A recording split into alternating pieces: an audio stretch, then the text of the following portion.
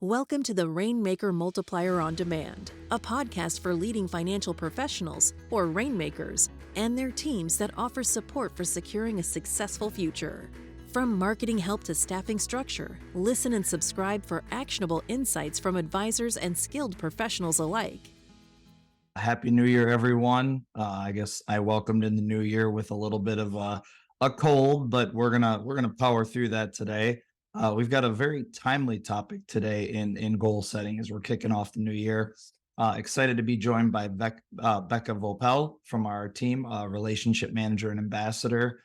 Becca, thank you for joining us today. Yeah, good morning. And I know we've still got people rolling in the new year. We've gotten some messages of people that couldn't make it today, so we'll look forward to recording for the podcast, people rolling in with the new link here. But Becca, I think a good place to get started is when talking about goal setting is it's not necessarily like a one size fits all in terms of format, can be done in many different ways. Can you speak to what you found is most effective when you're working with advisors or individuals on goal setting? Yeah, definitely. I think that's really important. There are so many frameworks and different, ways to strategize and set your goals. As Matt said, it's not one size fits all. So the important part is not what your goal setting looks like necessarily, but just that you're doing it and you're setting those goals for the new year. I know some of you or most of you probably already have a framework in mind or a strategy that you use, but if you need help with that, we also have some frameworks on our side. So I think we'll talk about that in a few minutes, but if you have any questions or want some additional details on that, we can always help you kind of put those pieces of your individual unique frameworks together. But like Matt said, it doesn't have to be perfect. I always see so much out there on social media of how this person is setting up their goals for their year and how it has to look a certain way. And sometimes you can get stuck in having it look like this perfect picture. And I don't want anyone to get stuck in having it be perfect. It's better to just have it done. So I think that's really important to think about and consider. Yeah, and thank you for mentioning that. We do have a tool that we used in Orlando for those that were at the Orlando retreat. We have a link to that we'll share in the chat in a little bit here for those that weren't there and want to access that, or those that were there and want a digital copy. And like Becca said, it's one framework. It kind of walks through how we've done that in the past, both at C2P and at JL Smith, kind of walking through starting with your 3 to 5 year vision and breaking that all the way down to quarterly goals to help keep you on track. And we'll walk through that again in a minute here. But, Becca, staying on with what you're doing with our advisors, many of you have probably worked with Becca, and she's doing a lot of these ambassador and relationship management calls with us to be an additional resource to all of you, but also conducting some of those with Jason and with Carl Smith, who couldn't be here today. But what themes or best practices are you seeing in those meetings, Becca, that would be helpful for everyone else today?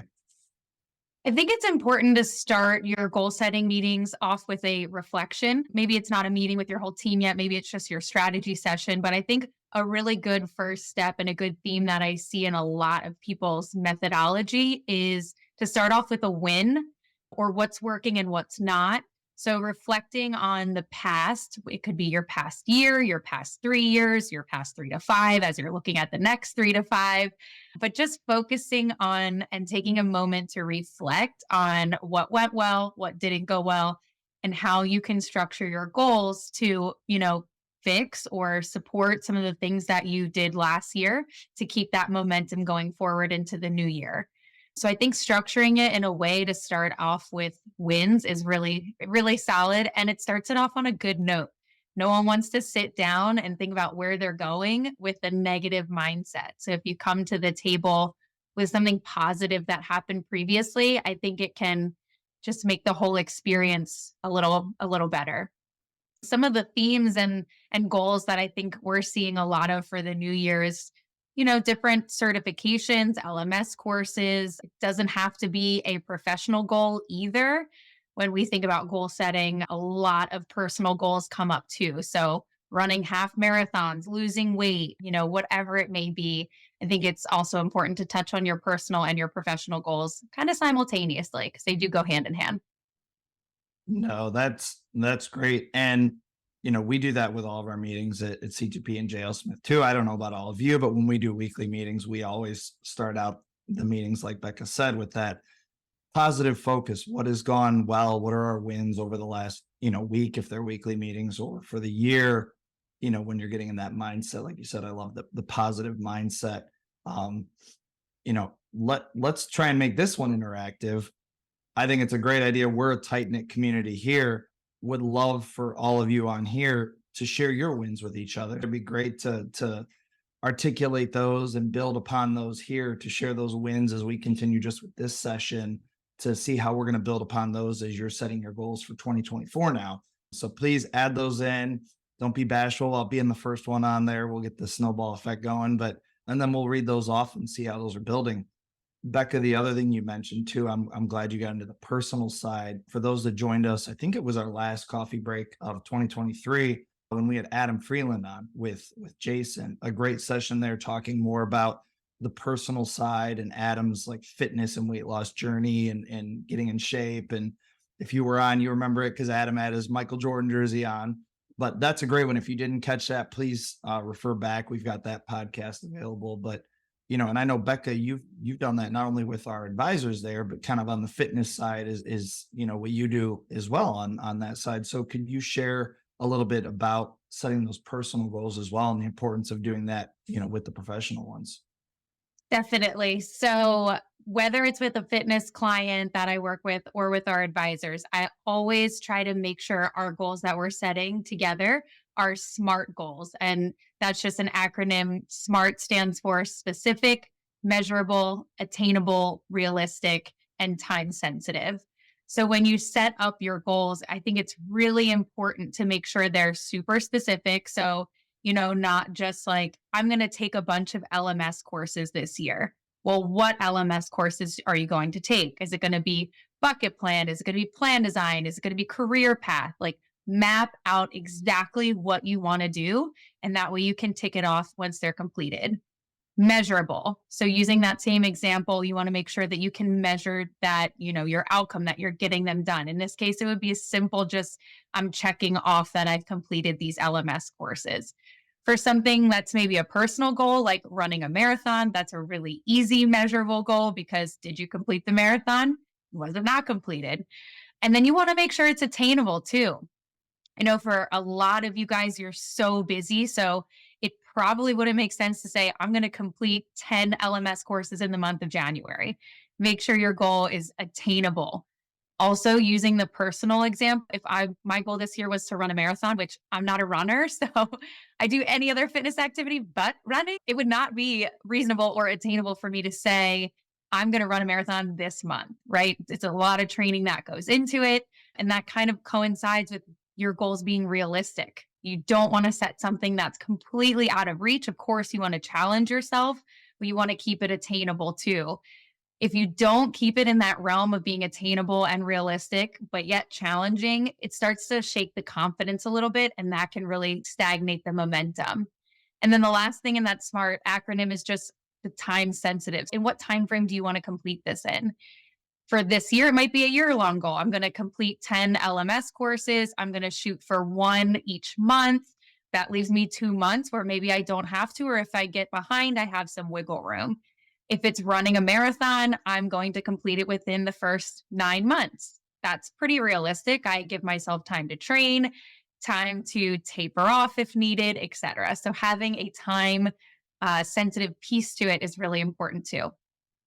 Thank you, Becca, for going through that, because those same principles apply when you're setting those professional ones as well. So I'm glad you made those parallels there. And while you were sharing that, I did go ahead and share that document that we went over during the Orlando retreat with everybody. So you'll be able to log into C2P Central, access that if you want to use that with your team. We've actually gone back and held sessions with 2 offices since the Orlando retreat, kind of going through that with entire teams, walking through that process. For those that weren't there, as a refresher for those that were there, kind of the format that we go through kind of at a high level, and we can go into more detail, is very similar to what Becca mentioned, with starting with that positive mindset, positive focus, but starting with the 3-year vision. So knowing what are we aspiring to get to 3 to 5 years from now? where do we want our office or individually, if you're a smaller practice, where do you want to be in 3 to 5 years? Because that helps set that mindset for the rest of your goal setting session of what you're trying to get to down the road. And so if you're setting these each year, you never actually get to those in terms of a measurable each year, obviously, because it's 3 to 5 years out. It's all about that mindset that Becca mentioned. Also included in those are the personal and professional, because like Becca said, it's important to have that balance there. From then we go on to the SWOT analysis, and that might be new for several of you, but really identifying those strengths, weaknesses, opportunities, and threats. Now, this question came up in both of the team sessions that we've done. The reason that we normally do that before setting those 1-year targets is identifying those strengths that you can build upon going into next year, but also identifying those weaknesses and opportunities that you might want to identify and set goals for to help overcome those. And that could be structures internally, processes internally, adding new team members. Like Julie, thank you very much for sharing. Julie added the new paraplanner this year. That might be something that you can then set as your annual goal coming out of that SWOT of knowing what you need to overcome as an office, either you individually or someone from your team. And outsourcing or making a hire is certainly one way to do that. Leveraging resources through C2P, leveraging this community, just like we had with the wins there. Didn't get as many in there as we wanted, but if you have done goal setting already for this year, please drop those in there. We'd love to see kind of what you're shooting for going into 2024 now as an office. And that could be a measurable like revenue, profit margin, anything like that. It could be number of new clients. It could be new business lines that you want to get into, but setting those at a 1-year level. So then we can go down and finally breaking that into quarterly targets. And Becca, I know in the calls that you have, that's a big focus on, with Jason and Carl, if you want to speak to that a little bit of what you're seeing of some of those 1 year and then quarterly targets to help, get on track. Yeah, that comes up a lot is, in our calls, a lot of you guys will say, I want to do X, Y, and Z in the new year. Say it's, I want to incorporate more life business in my practice, whatever it may be. Okay, what does that mean exactly? What does that look like? Are we talking about number of cases? Are we talking about a numerical goal? And then based on that goal that you've set of incorporating more of that business into your practice, how do we work backwards? What does that look like on a quarterly basis? So breaking it down from annual to then 3 months at a time, and then breaking it down further to even a month at a time. And then honestly, we talk about it a lot in our calls of going even further. What does that look like on a weekly basis? And I know that sounds tedious, but how else are you going to know where you are tracking if you're not measuring it each week? And if you're really granular, I even measure some of my goals on a daily basis by my habits, right? So one of my goals this year is to drink more water, which I feel like is something that is just on my goal for every year, but it's challenging. And, what does that look like on a daily basis? That's eight glasses of water a day. So I have an app on my phone that I'm tracking daily. That's something that maybe you could track daily, or maybe it's something in your practice level. If your goal is to, using Julie's win, hire a paraplanner, what does that look like? By the end of the year, your goal is to have that paraplanner trained, ready to go, working and crushing it. So in order to get that person to that point, what do you have to do today? You probably have to get your job ad ready to go. You probably have to post it somewhere and get all of those components of really starting to search out that talent out on your page, on, all of the websites that there are out there. There's so many. And then once you get that person on board, when do you want to have them onboarded by? So you have to have that in mind. Once you get them onboarded, what does it look like to have them trained up? So you have to think about all of the things working backwards from your original goal. And it takes a lot of planning. And I know it can seem overwhelming, but when you think about it on that granular level, I think it makes it a little bit more attainable and not so overwhelming. Yeah. And I'm glad you mentioned too, like keeping it front and center. That's kind of a best practice. Some of you might say like that's a no brainer, but it is something that can be overlooked. Like if you are, using the software to track all of your goals. We've used the traction software through JL Smith. We've used that as well as the scale up software through C2P. But even if you're not using the software, having a Word doc that your team pulls up in a meeting where these are tracked, or I know in Orlando, some were sharing, like, they'll just put them on their mirror, on a Post-it note on their computer, keeping it front and center so that you don't lose sight of that, like Becca mentioned.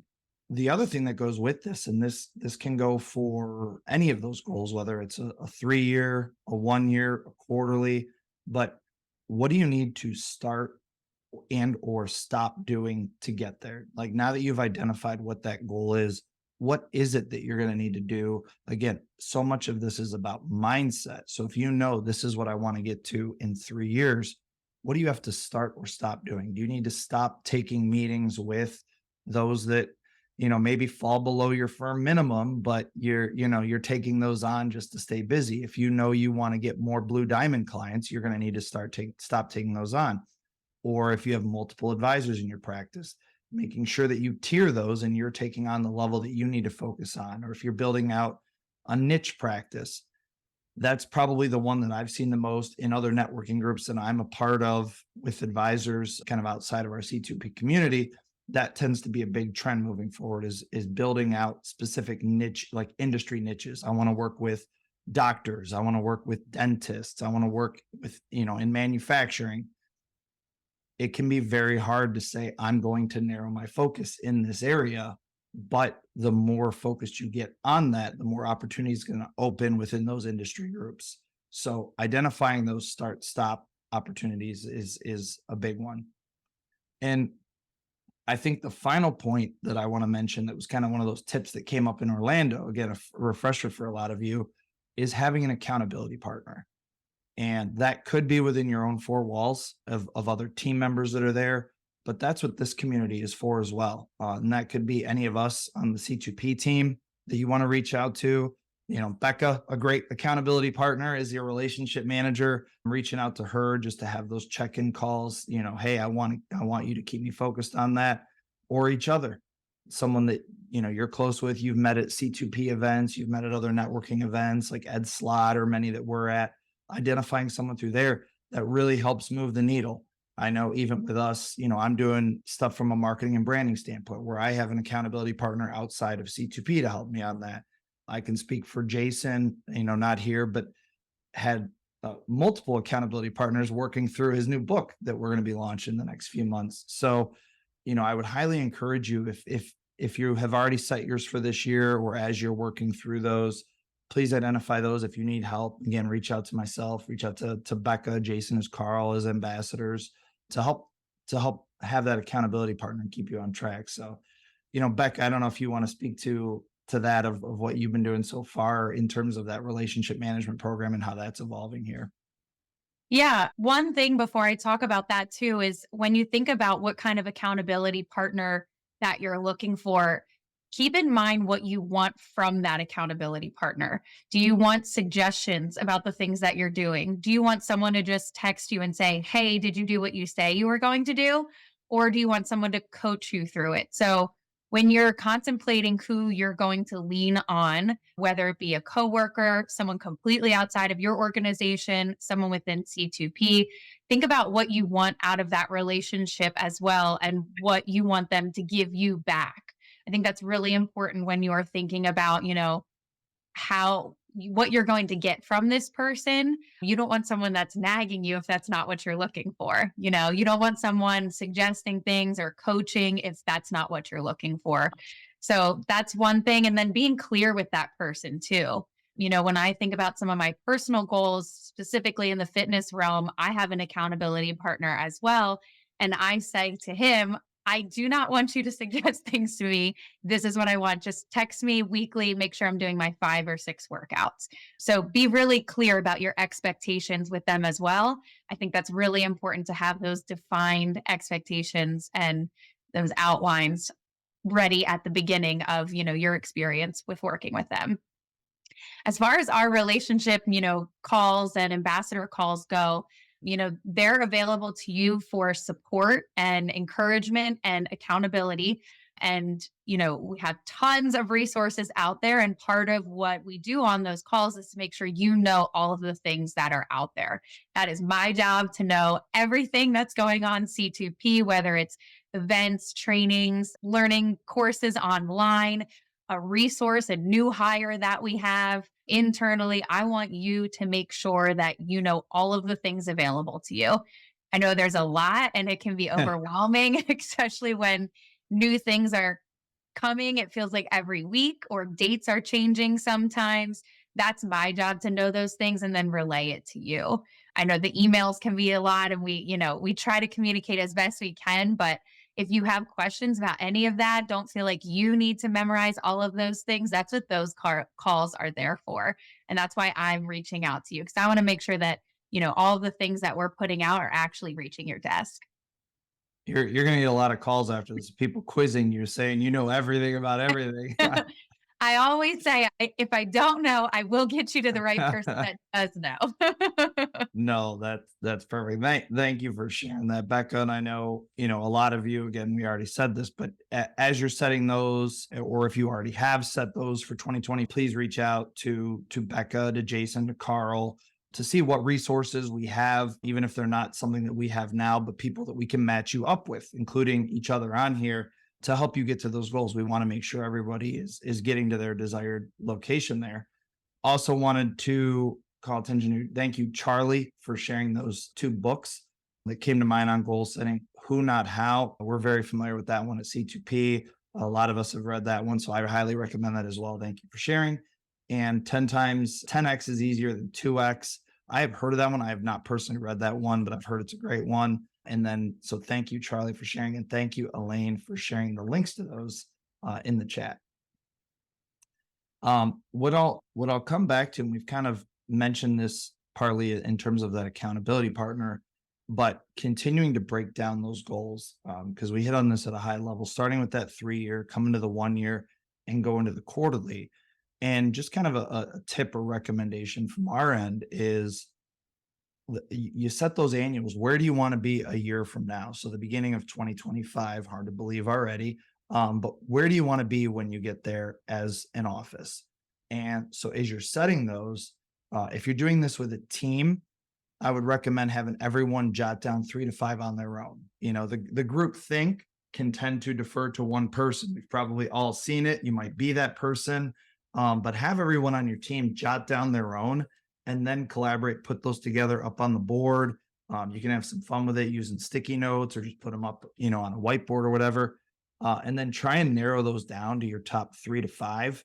I'm sure there's a lot of stuff that you want to accomplish, but the more you put up there, the harder it's going to make to accomplish all those. So it's not that you can't accomplish more than those 3 to 5, but consider that a bonus. What are the 3 to 5 most important things?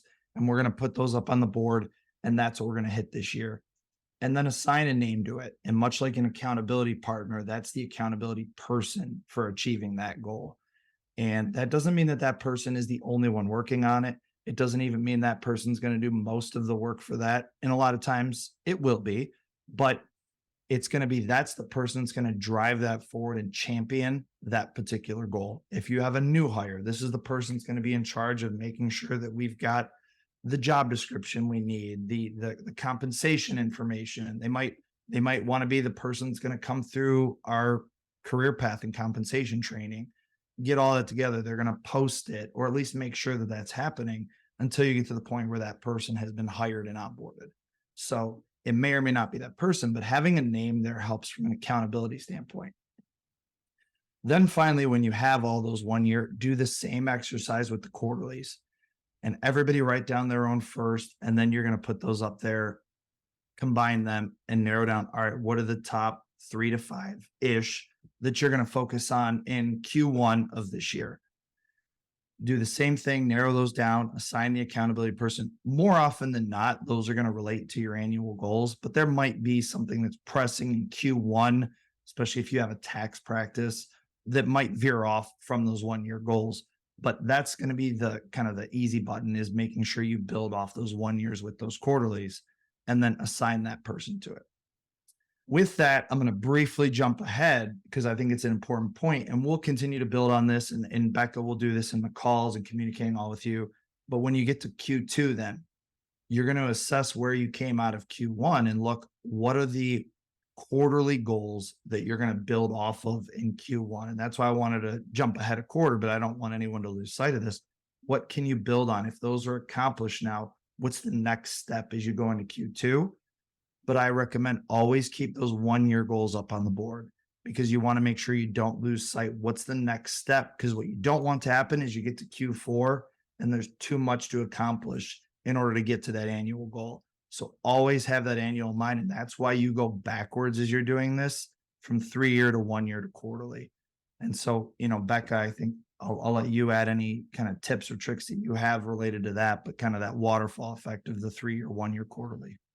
Yeah, absolutely. And the theme that I feel like makes all of these, goals successful and to be able to be completed at the end of the year is the structure surrounding that. So if you heard what Matt was saying, there's structure in the meeting of who's accountable. There's structure in the organization surrounding the goals. So keeping the structure in mind, I think it's tough because when it comes to goals, they can kind of be a little esoteric, but making them tactical and giving them a structure and an organization is really important.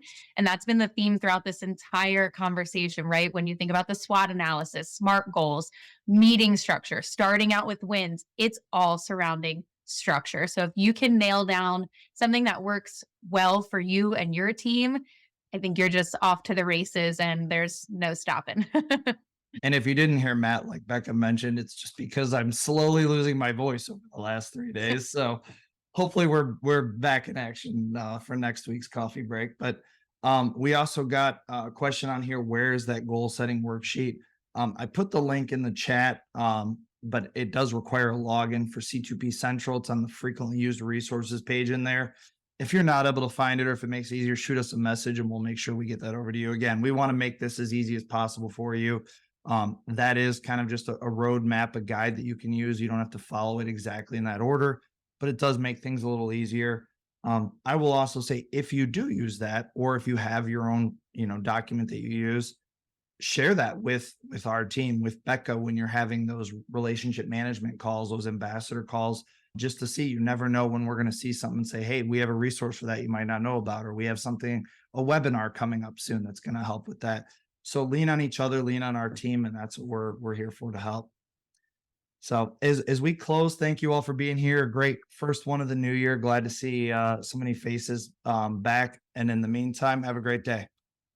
Thanks for tuning in. This podcast was brought to you by C2P, an organization whose purpose is to educate, train, grow, and support holistic financial advisors so families can achieve true prosperity. Never miss an episode by subscribing now to discover new resources and strategies. Visit C2PEnterprises.com to learn how we can help scale and secure your business. At the time of delivery and any subsequent publishing, information was deemed reliable but is subject to change by the time of listening or viewing. The contents of this piece include the opinions and projections of C2P Enterprises, are subject to change, and are for informational purposes only. The information provided in this presentation is not intended to be individual investment, tax, or legal advice.